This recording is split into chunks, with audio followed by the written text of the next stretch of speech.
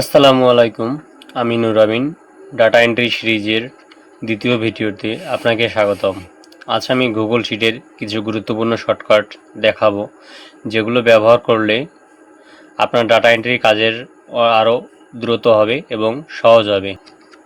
আমি আপনাদেরকে বোঝানোর সাথে একটি গুগল শিট ওপেন করে রেখেছি। এই যে মনে করেন যে আমি একটি শিটে অনেকগুলো কাজ সাজিয়ে রেখেছি, যেমন company name, website, location, full location, employee size, person name, title, valid email, LinkedIn URL. বিশেষ করে এটা হচ্ছে একটা B2B লিড জেনারেশনের প্রজেক্ট এর স্যাম্পল। আমি আপনাদেরকে শুধু আজকে মাত্র শর্টকাটগুলো দেখাবো। যেমন এখানে আমি একটা সিলেক্ট করলাম, Ctrl+C যদি চাপি, তারপরে Ctrl+V দিই, তাহলে এখানে কিন্তু পেস্ট হয়ে গেল। এটা একটা শর্টকাট, এটা আমাদের টাইপ করতে হবে না। এটা দ্রুত কাজ করার জন্য অনেক বেশি আমাদের কাজে দেয়। আমি সেম এই কাজটা যদি এখানে আমি ডিলেট করি, ডাবল ক্লিক করে মাউসে, তাহলে অনেক সময় লাগবে। এখানে যদি আমি একটা করি দেই, অনেক সময় লাগে। ইন্টার দিলে অনেক সময় লাগবে। আমি যদি এখানে Ctrl+D দিই, এখানে Ctrl+ দিয়েও দিতে পারি, আবার শর্টকাটে এই চিহ্নগুলো তো দিতে পারি। মনে করি এখানে যদি Ctrl+J চাপ দিই, এই যে আবার আগের মতো আসতেছে। আবার যদি চাপ দিই, তার আগে কি আছে এরকম আসছে। আবার Ctrl+J দিই, এখানে আমি Ctrl+Y চাপ দিই, Ctrl+Y চাপ দিই, তাহলে আবার কিন্তু আমার ফিরে আসতেছি। এটা 3টে শর্টকাট শিখলাম। সেমভাবে মনে করো যে আমাদের এখানে অনেকগুলো ডাটা আছে, আমি যদি চাই সবগুলো ডাটা একবারে সিলেক্ট করব, Ctrl+ যদি চাপ দিই, সবগুলো একবারে সিলেক্ট। আবার সবগুলো একবারে সিলেক্ট করে আমি যদি চাই সবগুলো একবারে সাইজ কম বেশি করবো, এই যেখানে যে 50 আছে, 75 আছে বা 90 আছে, আমি যদি এখানে 100 দিই, কিন্তু অনেক বড় হয়ে যাবে। Ctrl+ চাপে যদি আমি 50 করে দিই, অনেক ছোট হয়ে গেল।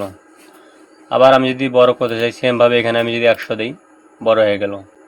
এখানে আছে ফন্ট সাইজ, ক্যালবেরি দেওয়া আছে। সাধারণত আমরা ইউএস বা ইউনাইটেডের বাইরের কাজগুলো যদি করে থাকি, আমরা কিন্তু ক্যালবেরি দিয়ে থাকি।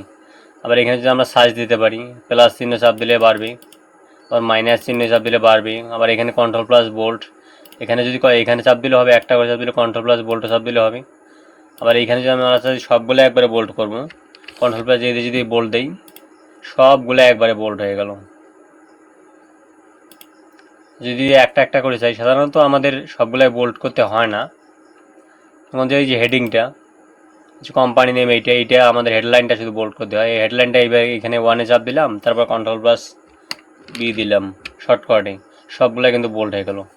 আবার এই কাজটা আমরা ম্যানুয়ালিও করতে পারি। এখানে 1-এ ক্লিক করে যদি বিতে চাপ দেই, বোল্ডে আনবোল্ড হয়ে যাবে। আবার যদি চাপ দেই, বোল্ড হয়ে যাবে। যদি আইতে চাপ দেই, Ctrl+I দেই কিবোর্ড থেকে, তাও কিন্তু ইটালিক হয়ে যাবে।